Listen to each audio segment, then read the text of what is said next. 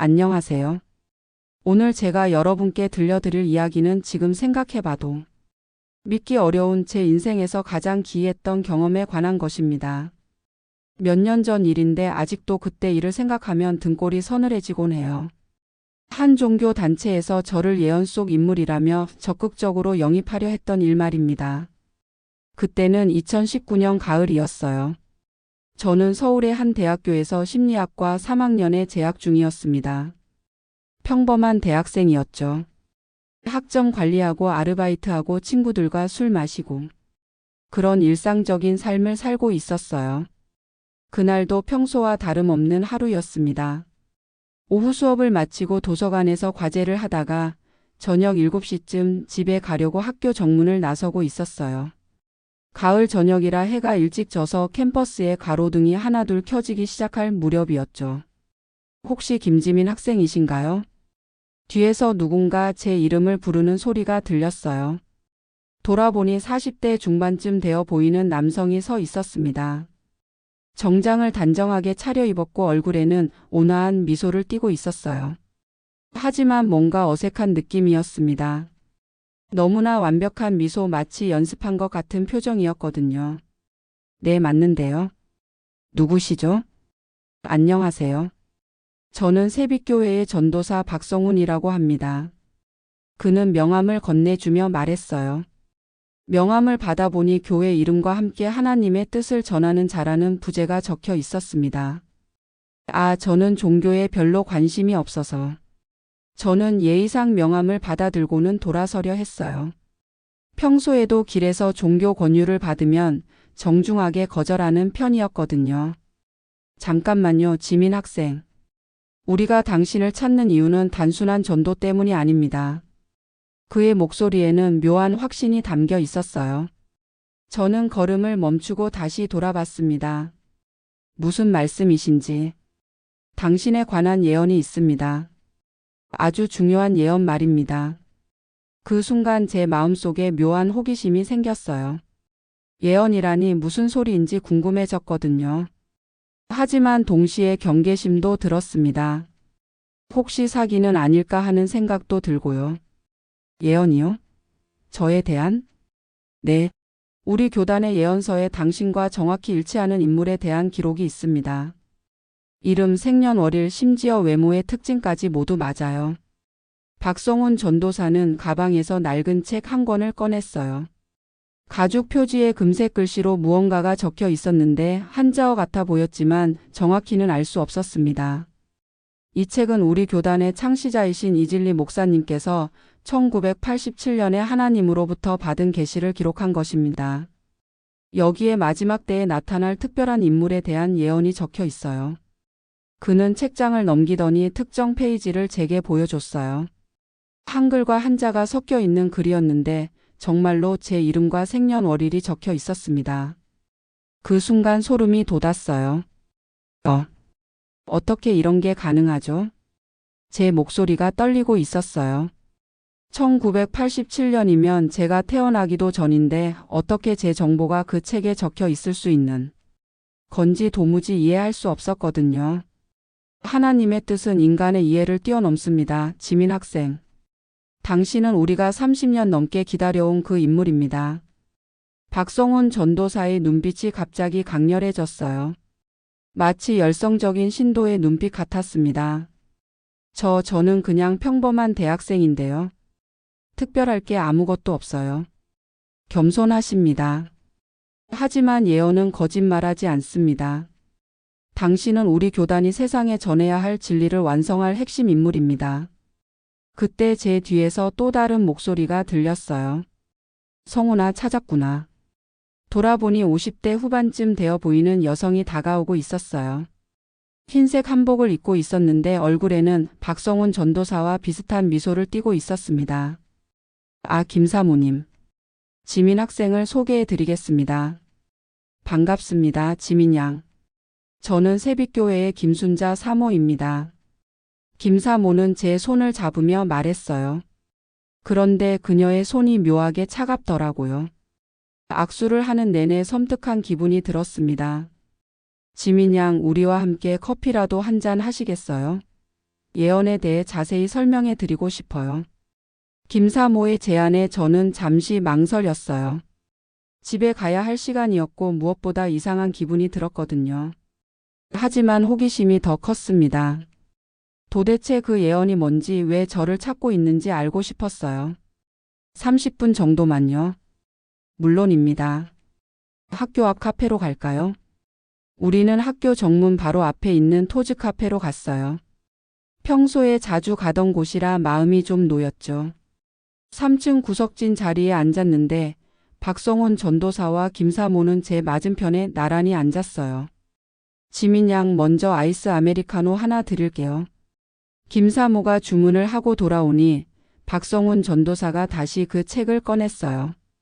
지민 학생, 이 예언서를 다시 한번 자세히 보세요. 그는 책을 제 앞으로 밀어주었어요. 가까이서 보니 더욱 놀라웠습니다. 제 이름뿐만 아니라 제가 다니는 대학교 이름, 전공까지 정확히 적혀 있었거든요. 1987년 7월 15일 하나님께서는 마지막 때에 나타날 선택받은 자에 대해 말씀하셨다. 그의 이름은 지민이요. 1999년 3월 12일에 태어날 것이며 서울의 학당에서 사람의 마음을 연구하는 학문을 배울 것이다. 그는 순수한 마음을 가졌으나 아직 진리를 모르는 상태에서 우리에게 인도될 것이다. 제가 읽고 있는 동안 박성훈 전도사가 옆에서 설명을 덧붙였어요. 보세요. 심리학과가 바로 사람의 마음을 연구하는 학문이고 1999년 3월 12일은 당신의 생일이죠. 제 생일까지 정확히 맞았어요. 어떻게 이런 일이 가능한 건지 정말 이해할 수 없었습니다. 그런데 이게 정말 1987년에 쓰여진 건가요? 물론입니다. 이 책은 우리 교단의 성경과 같은 존재예요. 이질리 목사님께서 직접 하나님의 계시를 받아 기록하신 거죠. 김사모가 진지한 표정으로 말했어요.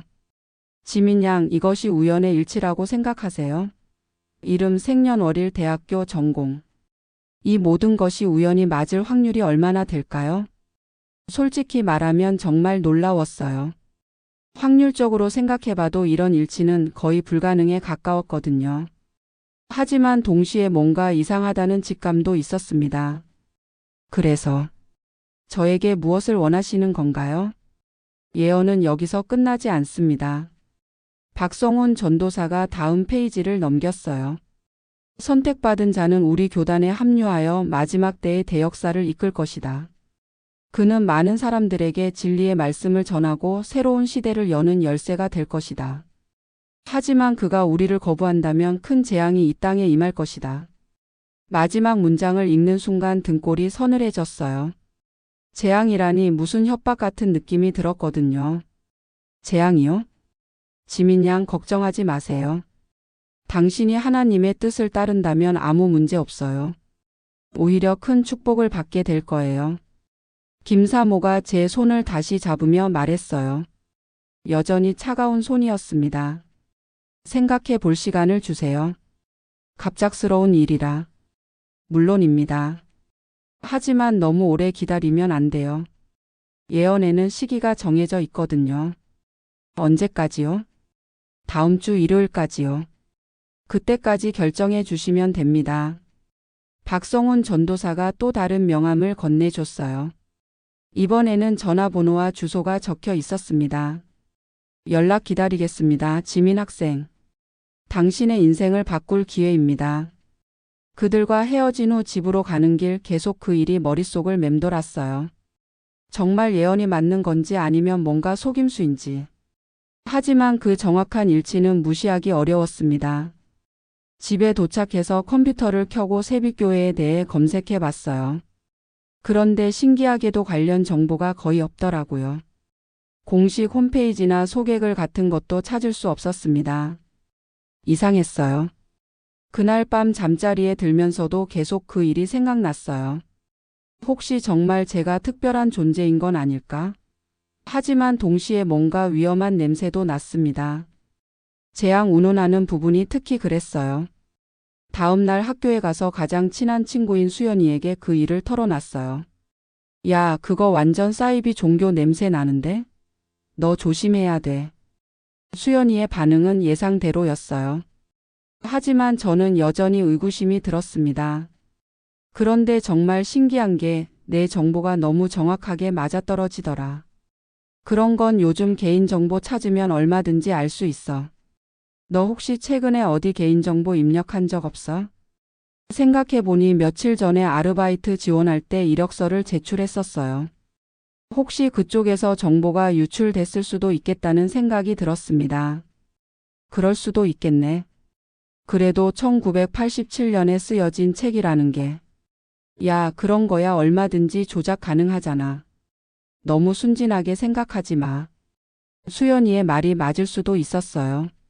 하지만 막상 그 책을 직접 봤을 때는 정말 오래된 것 같았거든요.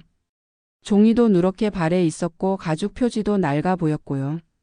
그날 오후 심리학 수업을 듣는데 교수님이 집단 심리학과 종교적 신념에 대해 강의를 하시더라고요. 마치 어제 일과 연결되는 것 같아서 유심히 들었어요. 사람들이 특별한 존재라는 느낌을 받을 때, 즉 선민의식을 가질 때 비판적 사고가 둔해질 수 있습니다. 특히 자신의 개인정보가 정확히 맞아떨어지는 상황을 경험하면 그것을 초자연적 현상으로 해석하려는 경향이 강해집니다. 교수님의 말을 들으면서 어제 제가 느꼈던 감정을 되돌아보게 됐어요. 분명 그 예언이 맞아떨어졌을 때 뭔가 특별한 기분이 들었던 게 사실이었거든요. 수업이 끝나고 집에 가던 중 핸드폰이 울렸어요. 모르는 번호였는데 받아보니 박성훈 전도사였습니다. 지민 학생 안녕하세요. 어제 일에 대해 생각해 보셨나요? 아직 좀 더 시간이 필요할 것 같은데요. 그럴 줄 알았습니다. 그런데 한 가지 더 보여드리고 싶은 게 있어요. 뭘 말씀이세요? 예언에는 당신의 과거에 대한 내용도 있습니다. 오늘 일어날 일에 대한 예언도 있고요. 그 말을 듣는 순간 호기심이 다시 생겼어요. 오늘 일어날 일이라니? 오늘 오후 6시 30분쯤 당신은 지하철 2호선에서 노란색 원피스를 입은 여자와 부딪힐 것입니다. 그 여자는 사과를 하며 명함을 떨어뜨릴 텐데 그 명함에는 김영희 변호사라고 적혀 있을 거예요. 너무 구체적인 예언이어서 믿어지지 않았어요. 하지만 동시에 궁금해졌습니다. 정말 그런 일이 일어날지. 만약 그 예언이 맞다면? 그러면 저희를 믿으실 거죠? 글쎄요. 생각해 보겠습니다. 전화를 끊고 나서 생각해 봤어요. 6시 30분이면 제가 아르바이트를 마치고 집에 가는 시간이었어요. 평소에 지하철 2호선을 타긴 하지만 그런 일이 일어날 가능성은 낮아 보였습니다. 아르바이트를 마치고 지하철역으로 향했어요. 시계를 보니 6시 25분이었습니다. 지하철 2호선 플랫폼에 도착했을 때는 6시 29분이었어요. 혹시나 해서 주변을 둘러봤지만 노란색 원피스를 입은 여자는 보이지 않았습니다. 역시 헛소리였구나. 그렇게 생각하며 지하철에 올라탔어요. 그런데 바로 그 순간이었습니다. 지하철 문이 닫히면서 뒤에서 누군가 제게 부딪혔어요. 아, 죄송합니다. 돌아보니 정말로 노란색 원피스를 입은 30대 여성이 서 있었어요. 그리고 그녀의 손에서 명함 몇 장이 바닥에 떨어졌습니다. 괜찮습니다. 명함 주워 드릴게요. 저는 바닥에 떨어진 명함을 주워서 건네줬어요. 그런데 명함을 보는 순간 소름이 돋았습니다. 정말로 김영희 변호사라고 적혀 있었거든요. 감사합니다.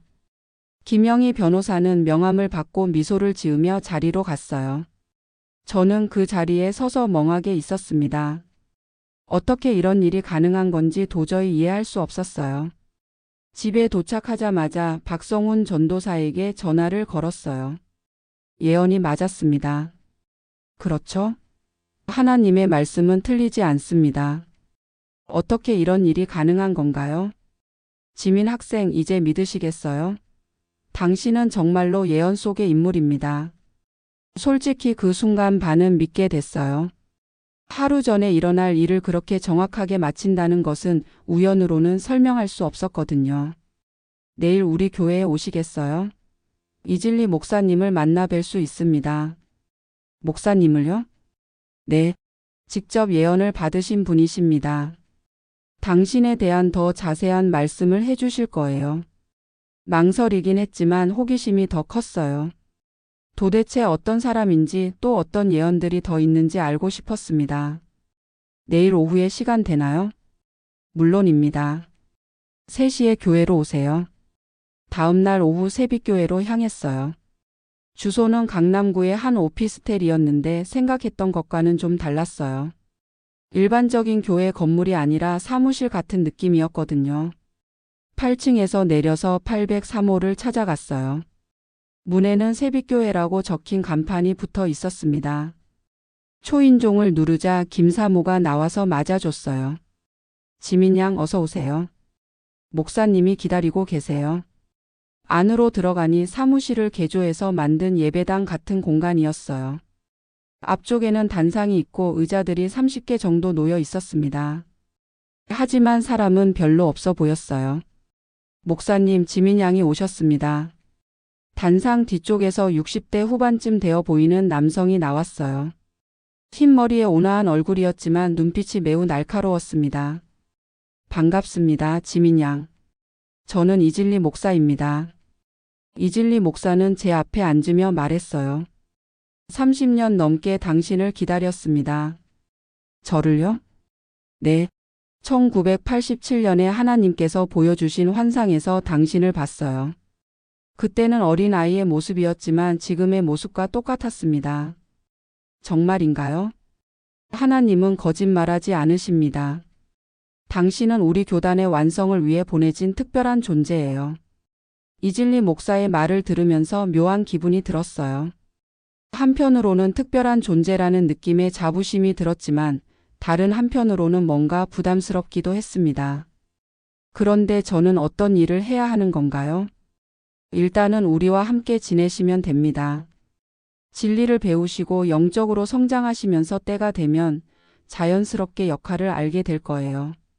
함께 지낸다는 게 우리 공동체에 합류하시는 겁니다. 걱정하지 마세요. 학교도 계속 다닐 수 있어요. 그때 박성훈 전도사가 다시 그 예언서를 가져왔어요. 지민 양 어제 일어난 일 말고도 더 많은 예언이 있어요. 더 있다고요? 네. 당신의 과거에 관한 것들도 있습니다. 이진리 목사가 책을 펼치며 읽기 시작했어요. 선택받은 자는 어릴 때 물을 무서워할 것이다. 7살 때 큰 개에게 쫓겨 다친 상처가 왼쪽 무릎에 있을 것이며 고등학교 2학년 때 첫사랑에게 고백했다가 거절당한 아픔이 있을 것이다. 저는 깜짝 놀랐어요. 모든 게 정확히 맞았거든요. 어릴 때 수영장 가는 걸 싫어했던 것, 7살 때 동네 개에게 쫓겨서 넘어지면서 무릎에 생긴 상처, 고2 때 짝사랑하던 남자아이에게 고백했다가 차인 것까지. 이런 사적인 정보를 어떻게 알 수 있는 건지 정말 신기했어요. 어떻게 이런 걸 다 아세요? 하나님께서 보여주신 환상에는 당신의 과거와 미래가 모두 담겨 있었습니다. 미래도요? 물론입니다. 하지만 미래에 관한 예언은 당신이 우리와 함께할 때만 알려드릴 수 있어요. 이진리 목사의 말에 호기심이 더욱 생겼어요. 나의 미래가 어떻게 될지 정말 궁금했거든요. 조금만 귀띔해 주실 수 없나요? 글쎄요. 하나만 말씀드리죠. 다음 주 화요일에 당신은 중요한 결정을 내리게 될 것입니다. 그 결정이 당신의 인생을 완전히 바꿀 거예요. 무슨 결정인데요? 그것은 때가 되면 알게 될 것입니다. 그날 교회에서 돌아온 후 저는 심각한 고민에 빠졌어요. 그들의 예언이 계속 맞아떨어지니까 점점 믿게 되는 것 같았거든요. 하지만 동시에 뭔가 이상하다는 직감도 떨쳐버릴 수 없었습니다. 수연이에게 다시 상황을 얘기했어요. 야, 그거 완전 조작이야. 요즘 개인정보 수집하는 방법이 얼마나 많은데. 내가 어릴 때 일까지 알 수 있어. 그런데 지하철에서 일어난 일은 어떻게 설명해? 그것도 짜고 치는 고스톱일 수 있잖아. 그 김영희 변호사도 한패일 수 있고. 수연이의 말에 일리가 있었어요. 하지만 그 순간의 놀라움과 신비로운 느낌을 완전히 지울 수는 없었습니다. 다음 주 화요일 정말로 중요한 일이 일어났어요. 아버지가 갑자기 사업 부도로 큰 빚을 지게 되셨다는 소식을 들었거든요. 집안 상황이 급격히 어려워졌고 저는 학비와 생활비를 스스로 마련해야 하는 상황이 되었습니다. 바로 그때 박성훈 전도사에게서 연락이 왔어요. 지민 학생 힘든 소식을 들었습니다. 어떻게 아세요? 예언에 있었어요. 당신이 경제적 어려움에 처하게 될 것이라고. 하지만 걱정하지 마세요. 우리가 도와드릴 수 있습니다. 도와주신다고요? 네. 우리 교회에서 장학금을 지원해 드릴 수 있어요. 학비는 물론이고 생활비까지도요. 그 순간 정말 감사했어요. 막막했던 상황에서 도움의 손길이 나타난 것 같았거든요. 대신 조건이 있습니다. 조건이요? 우리 공동체에서 생활하셔야 해요. 함께 지내면서 진리를 배우시는 겁니다. 공동체 생활이요? 네. 강남에 있는 우리 공동주택에서 다른 신도들과 함께 지내시면 됩니다. 개인 방도 있고 생활에 필요한 모든 것이 준비되어 있어요. 솔직히 망설여졌어요. 하지만 당시 상황으로는 다른 선택지가 별로 없었습니다. 아르바이트만으로는 학비와 생활비를 감당할 수 없었거든요. 얼마나 오래 지내야 하는 건가요? 기간은 정해져 있지 않아요. 당신이 원할 때까지요. 언제든지 나가실 수 있습니다. 그 말을 듣고 마음이 좀 놓였어요. 강제로 붙잡아 두는 건 아니라는 뜻이니까요. 일단 한 달만 체험해 보는 건 어떨까요? 좋은 생각이에요. 한 달 후에 다시 결정하시면 됩니다. 그렇게 해서 저는 세빛교회의 공동체에 들어가게 되었어요. 강남구의 한 아파트 전체를 교회에서 운영하고 있었는데 각 호실마다 2~3명씩 배정되어 살고 있었습니다. 제게 배정된 방은 502호였어요. 룸메이트는 25살의 이수진 언니였는데 2년 전부터 이곳에 살고 있다고 했어요. 지민아, 세빛교회에 온 걸 환영해. 여기서 지내다 보면 정말 많은 걸 배울 수 있을 거야. 수진 언니는 친절했지만 뭔가 평범한 사람들과는 다른 느낌이 있었어요. 눈빛이 너무 맑고 순수해서 마치 세상 물정을 모르는 어린아이 같았거든요. 언니, 여기 사는 사람들은 다 몇 명인가요? 지금은 20명 정도 돼. 다들 좋은 사람들이야. 목사님 말씀도 정말 은혜로워. 첫날 저녁 공동 식사 시간이 있었어요. 1층 거실에서 모든 사람들이 함께 모여서 식사를 하는데 식사 전에 기도를 하고 시작했습니다. 하나님 아버지, 오늘도 저희에게 귀한 음식을 주셔서 감사합니다. 특히 새로운 식구 지민이를 보내주셔서 감사드립니다. 지민이가 이곳에서 진리를 깨닫고 하나님의 뜻을 이루는 도구로 쓰임받게 해주시옵소서. 예수님의 이름으로 기도드립니다. 아멘. 이진리 목사가 기도를 마치자 모든 사람들이 아멘하고 화답했어요. 약 20명 정도의 사람들이 있었는데 나이는 20대부터 50대까지 다양했습니다. 식사를 하면서 여러 사람들과 대화를 나눴는데 모두들 저를 특별한 존재로 대하는 느낌이었어요. 지민이가 바로 예언 속의 그 사람이구나. 정말 영광이야. 30대 남성인 김철수 오빠가 말했어요. 우리가 30년 넘게 기다린 사람이잖아. 이제 정말 마지막 때가 온 것 같아. 40대 여성인 박미정 자매도 감격스러워했어요. 모든 사람들의 시선이 저에게 집중되니까 부담스러우면서도 한편으로는 우쭐한 기분이 들었어요. 이렇게 많은 사람들이 저를 특별하게 여긴다는 게 나쁘지 않았거든요. 식사 후에는 진리 공부 시간이 있었어요. 이진리 목사가 직접 성경과 예언서를 가지고 강의를 해주는 시간이었습니다. 오늘은 지민이가 새로 왔으니까 우리 교단의 기본 진리부터 설명해 드리겠습니다. 이진리 목사는 화이트보드 앞에 서서 설명하기 시작했어요. 일반 기독교에서 말하는 구원론은 틀렸습니다. 예수님의 십자가 사건으로 구원이 완성된 게 아니라 마지막 때에 특별한 사명을 가진 사람들이 나타나서 진정한 구원 사역을 완성해야 해요. 그 특별한 사람이 바로 지민이야. 수진 언니가 옆에서 속삭였어요. 하나님께서는 각 시대마다 특별한 사명자들을 보내셨습니다. 구약 시대에는 모세, 신약 시대에는 예수님, 그리고 지금 이 마지막 시대에는 바로 우리 지민이를 보내신 거예요. 이진리 목사의 말을 들으면서 압도되는 기분이었어요. 제가 예수님과 같은 급의 사명을 받았다니 믿어지지 않았거든요. 하지만 걱정하지 마세요, 지민이. 혼자 하는 게 아니라 우리가 모두 함께 돕겠습니다. 맞아요. 우리는 모두 지민이를 위해서 존재하는 거예요. 박성훈 전도사와 김사모가 말했어요.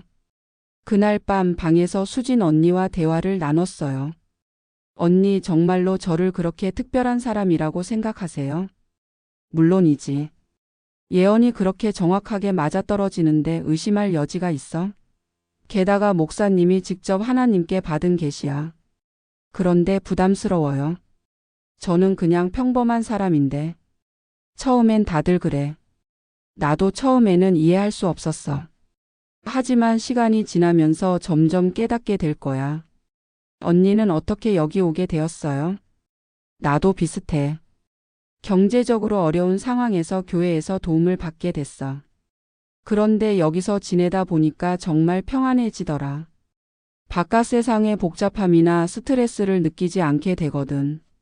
수진 언니의 말을 들으면서 묘한 기분이 들었어요. 확실히 이곳은 바깥 세상과는 다른 분위기였어요. 모든 것이 평화롭고 안정적이었거든요. 다음 날부터 본격적인 공동체 생활이 시작됐어요. 오전 6시에 일어나서 30분간 기도 시간을 갖고 7시에 공동 식사, 8시부터는 각자 할 일 학교나 직장을 하고 저녁 7시에 다시 모여서 식사와 진리 공부를 하는 일정이었습니다. 처음에는 규칙적인 생활이 좋았어요. 혼자 살 때보다 훨씬 안정적이었거든요.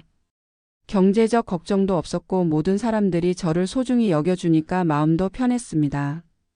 학교에 가서도 학비 걱정을 하지 않아도 되니까 공부에만 집중할 수 있었어요. 교회에서 지원해주는 장학금 덕분에 등록금도 해결됐고 용돈까지 받았거든요. 하지만 시간이 지날수록 뭔가 이상한 점들을 발견하게 됐어요. 첫째는 바깥 사람들과의 연락이 점점 줄어든다는 것이었어요. 처음에는 자연스럽게 그런 줄 알았는데 나중에 보니까 의도적으로 차단하려는 분위기가 있었습니다. 짐이나 바깥 사람들과 너무 많이 어울리면 마음이 흔들릴 수 있어. 특히 내가 특별한 사명이 있는 사람이니까 더욱 조심해야 해. 수진 언니가 조언해 줬어요. 그런데 친구들이 연락하는데 무시할 수는 없잖아요. 완전히 끊으라는 건 아니야. 그냥 적당히 거리를 두라는 거지. 둘째는 제가 하는 모든 일에 대해 보고를 해야 한다는 것이었어요. 학교에서 무엇을 배웠는지, 누구와 대화했는지, 어떤 생각이 들었는지까지 모두 이진리 목사에게 보고해야 했습니다. 지민이 오늘 학교에서는 어땠어요? 매일 저녁 진리 공부 시간 전에 이진리 목사가 물어봤어요. 심리학 수업에서 인간의 잠재의식에 대해 배웠습니다. 어떤 내용이었나요? 프로이트의 무의식 이론인데 사람들의 행동이 의식하지 못하는 욕구에 의해 결정된다는 그런 세속적인 이론들은 조심해야 해요. 인간의 모든 행동은 하나님의 뜻에 의해 결정되는 것이지 무의식 같은 건 없어요. 네, 알겠습니다. 셋째는 의문을 제기하는 것을 좋아하지 않는다는 것이었어요. 예언이나 교리에 대해 질문하면 믿음이 부족하다는 식으로 답변했습니다. 목사님, 그런데 예언서에 적힌 내용들이 정말 1987년에 쓰여진 건지 확인할 방법이 있을까요? 어느 날 용기를 내서 질문했어요. 지민이, 그런 의심을 하면 안 됩니다. 하나님의 말씀을 의심하는 것은 큰 죄예요. 죄송합니다. 그냥 궁금해서. 궁금한 것도 사탄이 주는 유혹일 수 있어요. 순수한 믿음을 가져야 합니다. 이런 일들이 반복되면서 점점 답답한 기분이 들었어요. 하지만 동시에 경제적으로 의존하고 있는 상황이라 쉽게 문제 제기를 할 수도 없었습니다. 그러던 중 한 달이 지나갈 무렵 새로운 예언이 나왔어요. 지민이에게 새로운 계시가 내려졌습니다. 이진리 목사가 진리 공부 시간에 발표했어요. 하나님께서 말씀하시기를 지민이가 곧 큰 시험에 들 것이라고 하셨어요. 사탄이 온갖 유혹과 거짓말로 지민이의 마음을 흔들려고 할 거예요. 어떤 시험인가요? 바깥 사람들이 우리 교회를 비방하고 지민이를 이곳에서 떠나게 하려고 할 것입니다. 하지만 그런 말들에 흔들리면 안 되겠어요. 그 말을 들으면서 뭔가 이상하다는 생각이 들었어요. 마치 제가 의심을 품거나 떠나려고 할 것을 미리 예상하고 예방 주사를 놓는 것 같았거든요. 그 무렵 대학교 친구 수연이가 계속 연락을 했어요. 한 달 동안 거의 연락을 안 했더니 걱정이 됐다는 거였어요. 지민아, 너 요즘 왜 이렇게 연락도 안 돼? 혹시 그 종교 단체에서 나오지 못하는 거야? 아니야, 그냥 바쁘고 그래서. 야, 솔직히 말해봐. 혹시 거기서 나오지 못하게 하는 거 아니야? 수연이의 말에 순간 뜨끔했어요. 실제로 바깥 사람들과 연락하는 걸 좋아하지 않는 분위기였거든요. 그런 건 아니야. 내가 원해서 거리를 두는 거야. 그게 바로 세뇌야, 지민아. 너 스스로 그런 선택을 한다고 생각하겠지만 실제로는 조종당하는 거야. 세뇌라니 그런 말 하지 마. 그럼 내일 나와서 만나자. 카페에서 2시간만 얘기하자. 수연이의 제안에 망설여졌어요. 사실 친구를 보고 싶은 마음도 있었지만 교회에서 바깥 사람들과 만나는 걸 좋아하지 않을 것 같았거든요. 글쎄, 야, 2시간만. 내가 정말 자유의지로 그곳에 있는 건지 확인해 보고 싶어서 그래. 결국 다음 날 수연이와 만나기로 했어요. 하지만 이진리 목사에게 보고는 하지 않았습니다. 혼날 것 같았거든요. 수연이와 학교 앞 카페에서 만났는데 한 달 만에 만난 친구가 뭔가 어색하게 느껴졌어요. 마치 다른 세계 사람을 만나는 것 같은 기분이었습니다. 지민아, 너 완전 달라졌다. 표정도 그렇고 말하는 것도 그렇고. 뭐가 달라진 거야? 예전에는 활발하고 의견도 많이 말하고 그랬잖아. 근데 지금은 뭔가 조심스럽게 말하고 눈빛도 다르고. 수연이의 지적을 들으니 스스로도 변화를 느낄 수 있었어요. 확실히 예전보다 조심스러워진 것 같았거든요. 그냥 성숙해진 거 아닐까? 성숙? 이건 성숙이 아니라 억압이야. 너 스스로 생각하는 능력이 줄어든 것 같아. 무슨 소리야? 나는 여전히 내 생각이 있어. 그럼 한 가지만 물어볼게. 너 그 교회 교리 중에 이상하다고 생각하는 부분은 없어? 그 질문에 답하려다가 멈칫했어요. 사실 몇 가지 의문스러운 부분들이 있었거든요. 하지만 그런 생각 자체를 하면 안 된다고 배웠었어요. 이상한 부분이라. 봐, 지금 내 표정. 뭔가 생각해 보려고 하다가 멈추잖아. 그게 바로 세뇌야. 수연이의 말이 마음에 꽂혔어요. 정말로 저는 의심스러운 부분들을 생각해 보려고 할 때마다 스스로 제동을 걸고 있었거든요. 지민아, 내가 며칠 전에 그 세빛교회에 대해 알아봤어. 뭘 알아봤는데? 일단 종교법인 등록도 안 되어 있어. 정식 교회가 아니라는 말이야. 그런 건 중요하지 않을 수도 있잖아. 그리고 이진리라는 목사도 정식 신학교를 나온 게 아니야. 경력이 전혀 확인이 안 돼. 수연이의 말을 들으면서 점점 불안해졌어요. 하지만 동시에 사탄의 유혹이라는 생각도 들었습니다. 너 혹시 그 예언서 원본을 직접 봤어? 봤어. 1987년에 쓰여진 거라고 했어.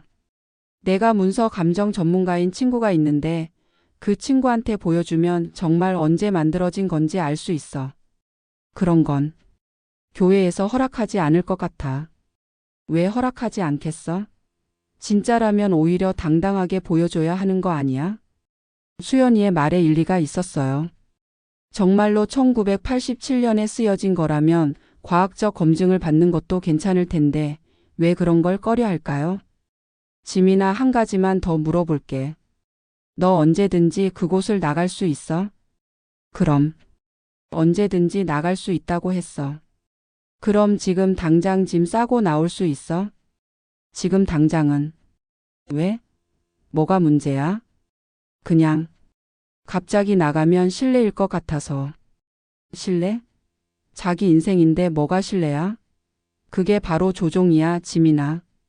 카페에서 나온 후 교회로 돌아가는 길에 계속 수연이의 말이 머릿속을 맴돌았어요. 정말 제가 조종당하고 있는 건 아닐까? 자유의지로 선택한다고 생각했지만 실제로는 그들의 틀 안에서만 생각하고 있는 건 아닐까? 교회에 도착했을 때 이진리 목사가 저를 기다리고 있었어요. 지민이 오늘 어디 갔다 왔어요? 친구를 만나고 왔습니다. 어떤 친구요? 대학교 친구 수연이요. 무슨 얘기를 했나요? 순간 망설여졌어요. 솔직히 말해야 할지 아니면 대충 넘어가야 할지. 그냥 안부 얘기했습니다. 정말 그뿐인가요? 혹시 우리 교회에 대한 얘기는 안 했어요? 이진리 목사의 눈빛이 날카로웠어요. 마치 거짓말하는 걸 알고 있다는 듯한 표정이었습니다. 조금. 어떤 얘기였어요? 그냥 여기서 잘 지내고 있는지 물어봤어요. 그 친구가 우리 교회에 대해 부정적으로 말하지 않았나요? 정확히 들킨 것 같아서 당황했어요. 조금. 걱정하는 것 같았어요. 역시 그렇군요. 예언대로 사탄이 주변 사람들을 통해서 당신을 흔들려고 하고 있어요. 예언대로요? 네, 이미 말씀드렸잖아요. 바깥 사람들이 당신을 이곳에서 떠나게 하려고 할 거라고. 이진리 목사의 말을 듣고 보니 정말 예언이 맞아떨어지는 것 같았어요. 하지만 동시에 뭔가 조작된 느낌도 들었습니다. 지민이 앞으로는 바깥 사람들과 만나는 것을 조심해야겠어요. 특히 당신처럼 중요한 사명을 가진 사람은 더욱 그래요. 네, 그날 밤 방에서 혼자 생각해 봤어요. 수연이의 말과 이진리 목사의 말 둘 중 누구를 믿어야 할까요? 수연이는 제가 조종당하고 있다고 했고 이진리 목사는 사탄의 유혹이라고 했어요. 하지만 객관적으로 생각해 보니 몇 가지 이상한 점들이 있었어요. 첫째, 정말로 1987년에 쓰여진 예언이라면 과학적 검증을 받아도 문제 없을 텐데 왜 그런 걸 꺼려 할까요? 둘째, 바깥 사람들과의 접촉을 제한하는 이유가 정말 사탄의 유혹 때문일까요? 아니면 외부의 객관적 시각을 차단하려는 의도일까요? 셋째, 제가 의문을 제기할 때마다 믿음 부족이라고 하는 것도 이상했어요. 진짜 진리라면 의문에 대해서도 명쾌하게 답해줄 수 있을 텐데요. 이런 생각들이 꼬리를 물고 이어지면서 점점 확신이 흔들렸어요. 혹시 정말로 제가 속고 있는 건 아닐까? 다음 날 저는 중요한 결심을 했어요. 직접 진실을 확인해 보기로 한 것이었습니다. 수연이가 말한 문서 감정 전문가에게 예언서를 보여줄 방법을 찾기로 했어요. 점심시간에 학교에 가서 수연이에게 연락했어요. 수연아, 어제 말한 그 전문가 친구 소개해 줄 수 있어? 갑자기 왜? 예언서를 한번 확인해 보고 싶어서. 진짜? 가져올 수 있어? 몰라. 한번 시도해 볼게. 조심해. 혹시 들키면 큰일 날 것 같은데. 수연이의 걱정이 이해됐어요. 하지만 저는 반드시 진실을 알아야겠다는 생각이 들었습니다. 그날 저녁 진리 공부 시간이 끝난 후에 이진리 목사에게 조심스럽게 말을 꺼냈어요. 목사님, 혹시 예언서를 제가 개인적으로 더 자세히 공부해 볼 수 있을까요? 왜 그러고 싶은데요? 제 부분 말고도 다른 예언들도 읽어보고 싶어서요. 더 깊이 이해하고 싶습니다. 이진리 목사는 잠시 생각하더니 고개를 끄덕였어요. 좋은 자세예요. 내일 저녁에 개인적으로 시간을 내서 보여드리겠습니다. 다음 날 저녁 이진리 목사의 개인 사무실에서 예언서를 다시 볼 기회가 생겼어요. 목사님이 잠시 화장실에 간 사이 저는 급하게 핸드폰으로 예언서의 몇 페이지를 사진으로 찍었습니다. 심장이 쿵쾅거렸지만 진실을 알기 위해서는 어쩔 수 없었어요. 며칠 후 수연이의 소개로 문서 감정 전문가인 김정훈 박사를 만났어요. 그는 국립과학수사연구원에서 일하는 전문가였습니다. 이 문서들을 언제 만들어진 건지 확인해 주실 수 있나요? 물론입니다. 종이의 재질, 잉크의 성분, 인쇄 방식 등을 분석하면 대략적인 제작 시기를 알 수 있어요. 일주일 후 충격적인 결과가 나왔어요. 결론부터 말씀드리면 이 문서는 2018년 이후에 만들어진 것으로 추정됩니다. 2018년이요? 네. 사용된 종이는 2015년 이후에 개발된 특수 가공지이고 잉크도 최근에 나온 제품입니다.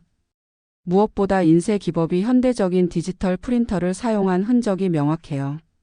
그럼 1987년에 만들어진 게 아니라는 말씀이신가요? 확실합니다. 아무리 보수적으로 잡아도 2018년 이전에는 만들어질 수 없는 문서예요. 그 순간 머릿속이 하얘졌어요. 30년 넘게 기다려온 예언이라던 그 책이 사실은 몇 년 전에 만들어진 가짜였던 거예요. 혹시 종이를 일부러 낡게 만들 수 있나요? 물론 가능합니다.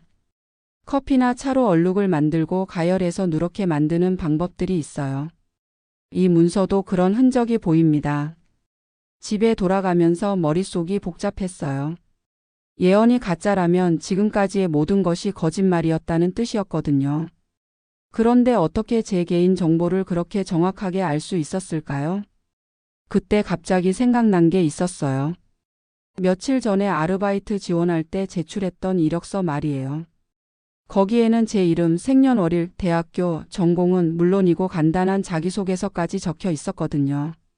자기소개서에 어릴 때 물을 무서워했던 일이나 고등학교 때의 일들도 언급했었어요. 혹시 그 회사에서 정보가 유출된 건 아닐까?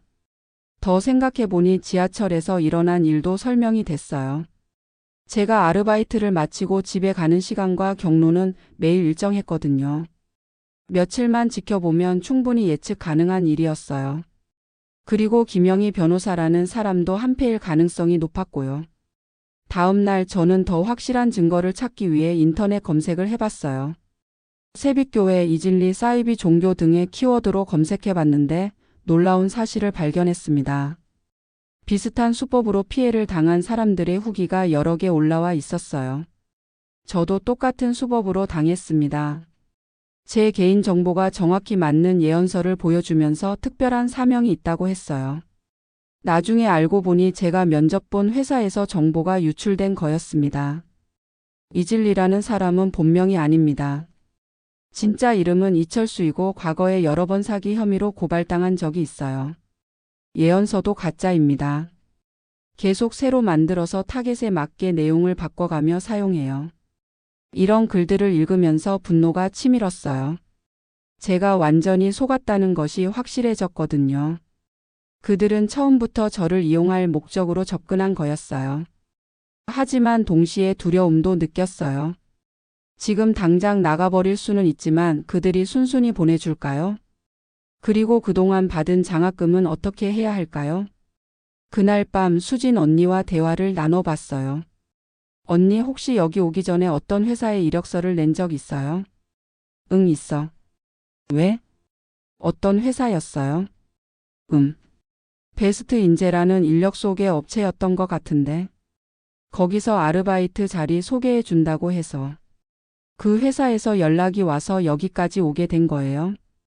그런 셈이지. 근데 왜 그런 걸 물어봐? 수진 언니도 저와 비슷한 경로로 오게 된 것 같았어요. 아마 그 인력 소개 업체가 세빛교회와 한패일 가능성이 높았습니다. 언니 혹시 예언서가 가짜일 수도 있다고 생각해 본 적 있어요? 가짜? 무슨 소리야? 그렇게 정확하게 맞는데. 만약에 우리 개인 정보를 미리 알고 있었다면 어떨까요? 수진 언니의 얼굴이 굳어졌어요.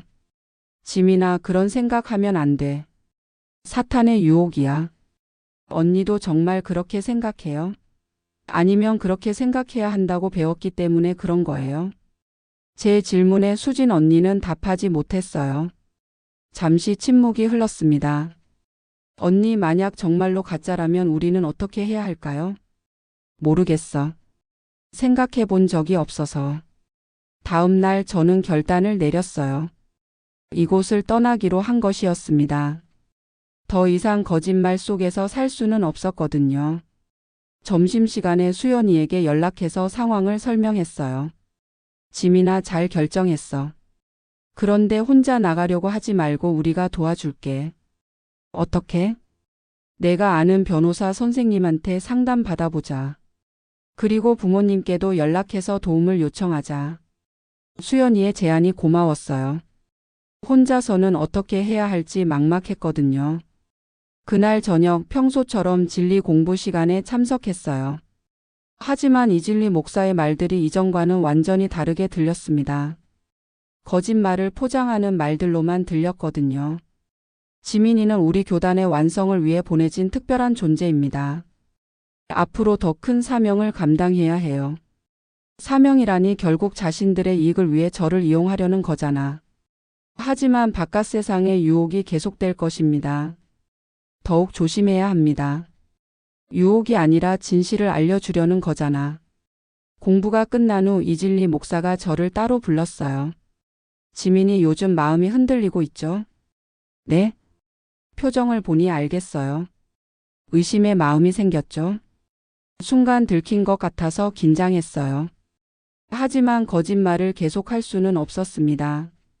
목사님, 하나만 물어보고 싶어요. 뭔가요? 예언서가 정말 1987년에 쓰여진 건가요? 이진리 목사의 표정이 순간 굳어졌어요. 하지만 곧 다시 온화한 미소를 지었습니다. 왜 그런 걸 의심하죠? 그냥 확신을 갖고 싶어서요. 지민이 믿음이라는 것은 의심 없이 받아들이는 거예요.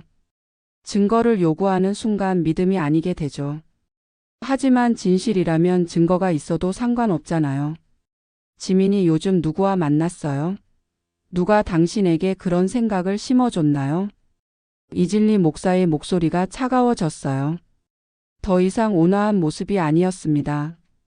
아무도 없어요. 제가 스스로 생각한 거예요. 거짓말하지 마세요. 당신 혼자서는 그런 생각을 할 수 없어요. 그 말을 들으며 확신이 들었어요. 이 사람은 처음부터 저를 하나의 인격체로 보지 않았던 거예요. 조종할 수 있는 도구로만 생각했던 거죠. 목사님, 저는 내일 이곳을 떠나겠습니다. 뭐라고요? 더 이상 여기서 지낼 수 없어요. 이진리 목사의 얼굴이 완전히 바뀌었어요. 온화함은 사라지고 분노가 가득했습니다. 지민이, 당신이 여기서 나가면 큰 재앙이 닥칠 거예요. 예언에 그렇게 되어 있어요. 그 예언도 가짜잖아요. 가짜라고 누가 그랬나요? 증거가 있나요? 있어요. 저는 핸드폰에서 문서 감정 결과를 보여줬어요. 이진리 목사는 그것을 보더니 잠시 말이 없었습니다. 이건 조작된 거예요. 당신을 속이려는 사탄의 수법이에요. 목사님, 이제 그런 말은 통하지 않아요. 지민이, 당신이 여기서 나가면 그동안 지원해준 장학금을 모두 변제해야 해요. 1,000만 원이 넘을 거예요. 협박이 시작되었어요. 하지만 저는 이미 각오를 했습니다. 갚겠습니다. 시간이 걸리더라도 반드시 갚을게요. 그리고 당신이 여기서 배운 모든 것들을 다른 사람에게 말하면 법적 조치를 취할 거예요. 법적 조치요?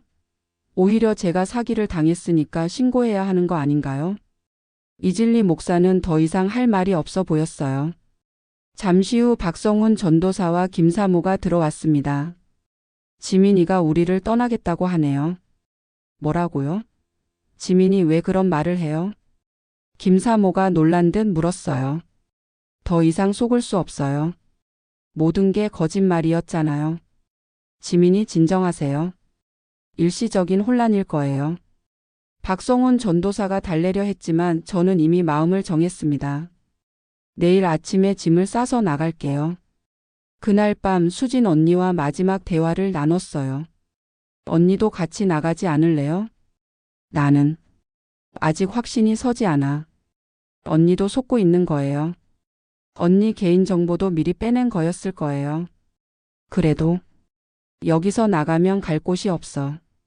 방법은 있을 거예요. 언니 가족이나 친구들에게 도움을 요청해 보세요. 수진 언니는 고민하는 듯 했지만 결국 머무르기로 했어요.